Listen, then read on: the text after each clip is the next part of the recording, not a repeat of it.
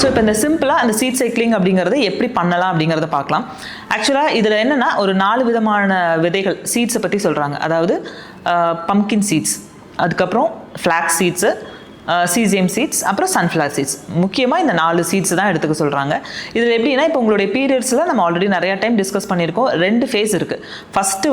First தூரமான நாள்லேருந்து 14வது நாள் வரைக்கும் ஃபாலிகுலர் ஃபேஸ்ன்னு சொல்லுவோம்.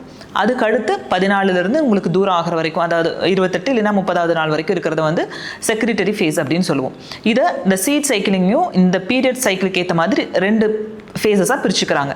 இதில் ஃபஸ்ட்டு ஃபேஸில் வந்து பார்த்தோன்னா 2 சீட்ஸை எடுத்துக்கணும்னு சொல்கிறாங்க. அதாவது ஃப்ளாக்ஸ் சீட்ஸும் பம்கின் சீட்ஸும், அதாவது ஆளி விதை அதுக்கப்புறம் பூசணி விதை, இது 2ம் வந்து எடுத்துக்க சொல்கிறாங்க. இது வந்து 2லேயும் ஒவ்வொரு டீஸ்பூன் வந்து நம்ம எடுத்துக்கலாம்.